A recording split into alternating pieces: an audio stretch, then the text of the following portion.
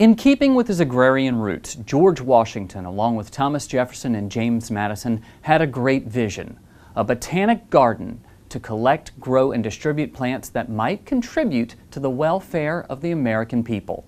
In 1820, that vision became a reality with the establishment of a garden on the grounds of the Capitol building for the Columbian Institute for the Promotion of Arts and Sciences. Today, that mission continues as the United States Botanic Garden. Washington, D.C. can be a cold, intense place, literally when there is snow on the ground and when you're only steps away from the Capitol. But there's a place you can break the tension and the ice. This glass greenhouse is the United States Botanic Garden, the oldest public garden in North America and a brainchild of our nation's founding fathers. These are people that had plantations nearby in Virginia, and so agriculture was very much part of who they were. Bill McLaughlin is the curator of plants at the U.S. Botanic Garden. He says one of the goals of this garden is to keep visitors as connected to plants as our founding fathers. We're beautiful, yes, but tying plants and people together is who we are, and plants and agriculture are a huge part of that. There is no denying the beauty these plants bring to the nation's capital, but McLaughlin says it's here to bring people in for the scientific message and mission. Here at the Botanic Garden, we do that by tying the lives of people to plants every day by looking at the cultural significance of plants, medicinal value of plants, economic importance of plants, and that's why the great hall that you come into, the very first place you come into at the garden is filled with economic plants. Everything from bananas to chocolate to vanilla, you name it. Even a plant very well known in Louisiana, the loquat or Japanese plum. From my trips down to Louisiana in the past, I remember seeing those in many courtyards, and they're just a beautiful landscape tree. Now they're not hardy outdoors here in DC, so we have to bring them inside. But this one's actually full of small kind of yellow-brown fruit.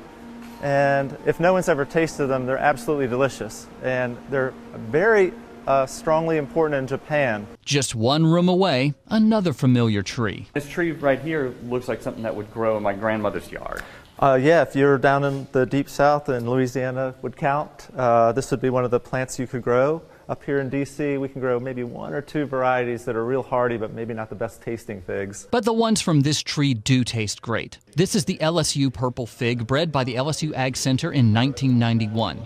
If you're looking for something just as sweet and economically important to Louisiana, you will find sugarcane in the U.S. Botanic Garden. It's not among the cacao trees with the orange fruit we use to make chocolate, nor is it by the banana trees, both of which reside in the front hall of economically important plants.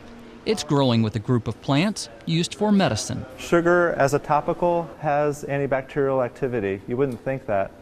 But sugar, like salt, is a concentrated chemical, and that can make it disfavorable for certain organisms. So it has been used topically actually as an antiseptic. A reminder that this place is not just a beautiful garden, but a repository of science, knowledge, and history. Some of the plants here, especially in the Hawaiian exhibit, are no longer found in the wild. In fact, this plant here with the broad green leaves now only exists in 2 gardens in the world. This is one of them. Most of them have some sort of vivipary. That's why PhD students like Richard Hodel travel here to learn firsthand about plants he can see nowhere else. You know, it's critically important to keep these records around for agriculture, for future generations, all sorts of things like that. Those are heavy concepts, vitally important to keeping people, well, alive. So maybe the beauty does serve a purpose. To relieve the tension and renew. One thing that you can't create by programming is a feel. We have this sort of regenerating openness, and when people come in, they immediately experience the space and go take a deep breath. It smells a little bit different in every room you move through in here. So every room people move through, it's a different experience, different light, temperature, and odors. It's wonderful and a great place to work too. A visit to the U.S. Botanic Garden can set you on the path to gardening at home, as it already has for Kristen Oak. She loved it there.